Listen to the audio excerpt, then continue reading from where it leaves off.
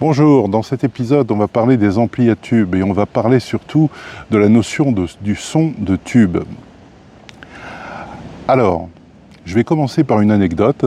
C'était il y a 10 ans de ça, j'avais été boulevard Beaumarchais, qui est en principe le boulevard photographique de Paris. Et j'avais été voir un vieux monsieur qui arrêtait son activité et qui bazardait pas mal de choses assez intéressantes et qui était un vieux briscard du tube, puisqu'il avait un atelier dans son sous-sol qui était assez impressionnant et essentiellement consacré au tube et à la réparation de radios, de télé, d'émetteurs et j'en passe et des meilleurs. Et il avait aussi une marotte, c'était les amplis à tube. Et il m'avait dit la chose suivante, et ça m'est resté, il avait dit la chose suivante, dans un ampli à tube, le son est différent et on ne sait pas le mesurer. Et je pense que c'est la définition que j'ai gardée et qui est la plus juste aujourd'hui encore, puisqu'aujourd'hui on ne sait pas mesurer effectivement les différences entre un ampli à tube et transistor. Alors il y a beaucoup de superlatifs. Alors les superlatifs, on les connaît, hein. C'est le marketing qui les a inventés. Son chaleureux, son ceci, son présence, etc. Mais tout ça, scientifiquement, ça n'a pas beaucoup de débouchés en fait. Les débouchés, ils sont ailleurs, ils sont simplement à l'écoute. Ce qu'on peut remarquer avec un amplificateur à transistor ou à circuit intégré, mais enfin c'est du transistor sur la base, c'est que certains amplis dits des amplis essentiellement qu'on trouve dans les studios, donc des amplis qui ont une neutralité et un taux de distorsion extrêmement faible, et une bande passante et un taux de montée très impressionnant. Alors, très impressionnant le temps de montée dans le bas, hein, on va parler en nanosecondes. Et bien ces amplis-là, au bout d'un moment, ils font mal aux oreilles. En gros, c'est un peu comme si la dureté de cette amplification amenait une fatigue auditive assez importante. C'est malheureusement le cas quand on a évidemment les enceintes qui sont aussi associées à ces amplis et qui sont à peu près du même acabit, c'est-à-dire très droites, très linéaires, et pourquoi pas dire le mot très raide, voilà. Donc au bout d'un moment, le son devient difficile, la fatigue auditive s'installe. Si vous prenez la même chose avec des enceintes bien rondes, telles que des cabasses, les cabasses ont toujours eu un son rond, ça ne veut pas dire qu'ils s'arrêtent à telle fréquence, ça veut dire simplement que la sonorité est beaucoup plus chaude. Et là, on va commencer à tomber dans les termes que les scientifiques n'aiment pas, parce qu'ils ne savent pas tellement expliquer qu'est-ce qui est chaud, qu'est-ce qui est froid, etc. Mais on n'a pas de raideur, on a plutôt une rondeur du son. Et si vous mettez derrière ça un amplificateur à tube, vous allez avoir la conjonction de cette rondeur qu'apporte le tube, hein, c'est-à-dire des fréquences dites chaudes, associées à une enceinte du même acabit. Donc au final, vous allez avoir un son qui est pas fatigant du tout, et qui est même au contraire très relaxant. Les détails passeront de la même façon, mais ils passeront d'une autre façon, et on l'entend d'une autre façon. Voilà. Il faut juste quand même avoir une oreille un petit peu entraînée. Et une oreille, c'est quelque chose qui s'entraîne, c'est pas quelque chose qui est prête à l'emploi immédiatement. Il faut avoir fait aussi d'autres écoutes, s'apercevoir qu'entre un ampli de classe D, c'est-à-dire les amplis dits numériques, aujourd'hui que nous avons, et un ampli à tube, il y a une marge. Voilà. Et là, c'est là où on la sent le plus. Alors, je ne vais pas décrier les amplis de classe D, on en parlera un jour, c'est absolument certain, mais on va surtout relever la partie économique de l'ampli. Aujourd'hui, un ampli à lampe, ça coûte très cher. Pourquoi ça coûte très cher ?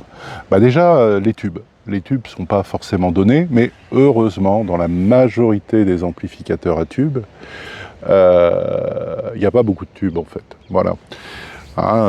Pour vous citer un peu, généralement on va retrouver un tube de préamplification qui va faire aussi l'adaptation d'impédance. Ce tube-là est très important, il doit être de très très haute qualité, suivi généralement d'un déphaseur de Schmitt et de 2 tubes de puissance, EL84, EL34, KT88, KT86 et j'en passe et des meilleurs, suivi d'un transformateur. Voilà, ça c'est la chaîne classique d'un ampli à tube. Et ce schéma finalement varie assez peu d'un constructeur à l'autre, c'est juste le soin qu'on va apporter à la mise en œuvre de ça. Donc on va avoir des amplis qui vont être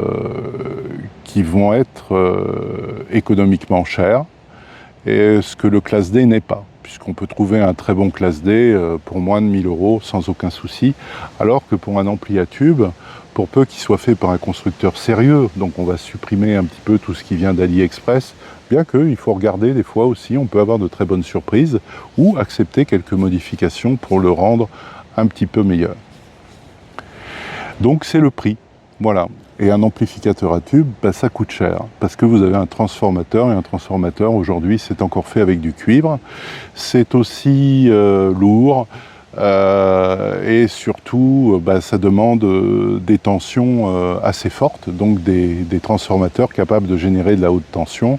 Et aujourd'hui, comme il n'y a plus réellement de demande, il faut être clair, là aussi, il y a encore des amplis à tubes qui sont fabriqués, mais généralement la chaîne de production chez les grands constructeurs assume le fait de fabriquer le transformateur eux-mêmes, les transformateurs eux-mêmes, au moins celui d'alimentation et celui de sortie. On passera sur les OTL, donc les OTL, c'est les amplis où l'on peut directement brancher les enceintes sur un... On peut directement brancher les enceintes sans transformateur, donc directement sur les tubes, mais ces amplis, bien que très particuliers, n'ont pas eu l'essor escompté. C'est un schéma qui a été fait, qui a été conçu, qui a été jugé dangereux au départ, maintenant qui est un peu mieux maîtrisé, qui a été jugé économiquement intéressant. Il faut savoir aussi qu'avec un ampli à tube, vous avez du poids et vous avez aussi un rendement tout à fait dégueulasse, ce que le classe D n'a pas du tout. Le classe D a un très bon rendement, mais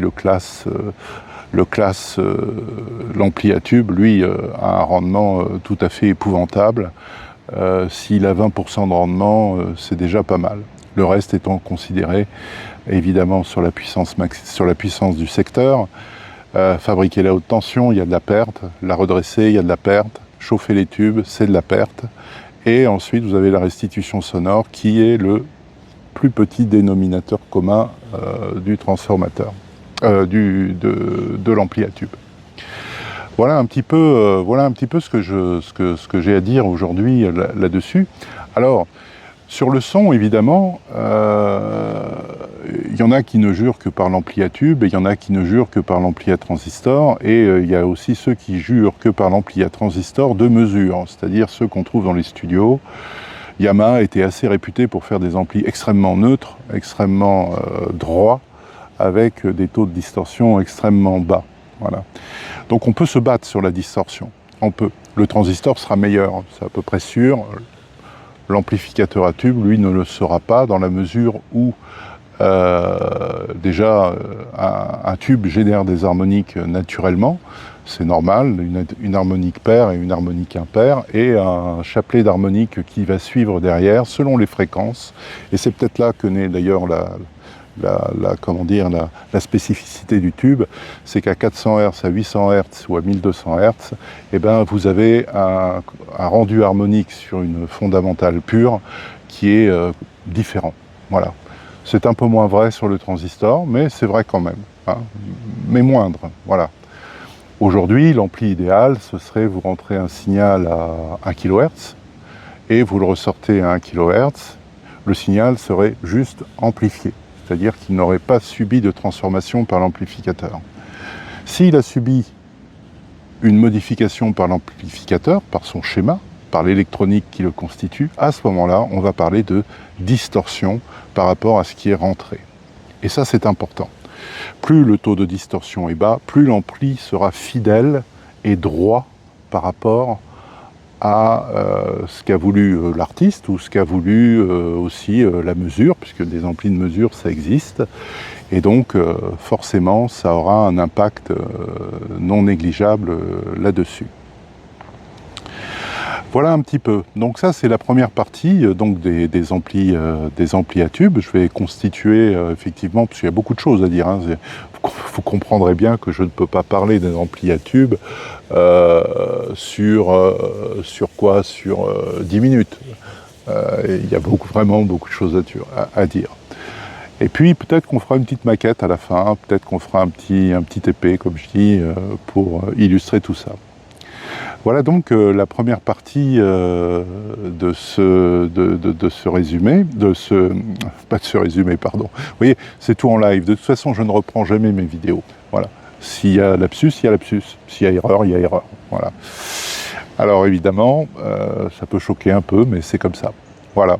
Donc la deuxième partie, ce sera de parler de la conception des amplis à tubes.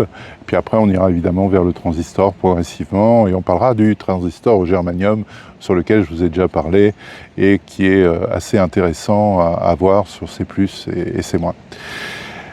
Voilà, allez, bon bah écoutez, ciao. Hein, on va passer à la vidéo 2 maintenant. Soit vous la suivez, soit vous vous arrêtez là. C'est vous qui voyez. N'oubliez pas de liker, s'il vous plaît, c'est important.